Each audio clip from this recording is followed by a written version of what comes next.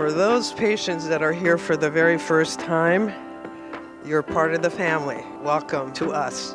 I'm going to start with positivity because that's what the symposiums have been about. The morning is all about learning, listening, having great takeaways, and then we have our patient panel after lunch. The program at UCLA brings together clinicians from different specialties who have a primary expertise in pancreatic diseases. It brings hope, and then it gives the opportunities for the doctors to get together and talk about some of the things that they're finding. We're here to hear from and to see the patients who've experienced pancreatic cancer and who are doing so well recovering from it, and in many cases years and years and years past their recovery. One of the most important things that I forgot to tell you this morning is that we don't bring statistics into this room. I'm sorry, you are right, it is pancreatic cancer. You know the statistics, you've been through it before, you know no one survives, so go home, put your house in order.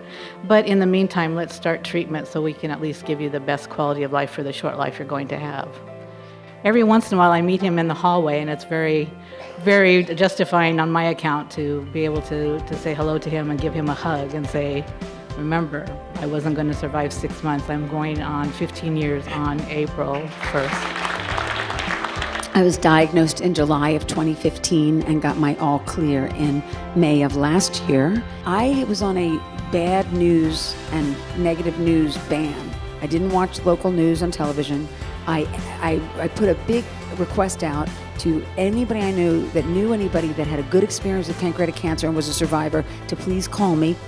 It's very hard for me to ask for help, but what I really, really learned, and still learning today, you have to let others help you, especially your caregivers. Attitude is really the most important thing. Even before I was diagnosed with this, I had learned in some way that in life you can choose to be happy or sad.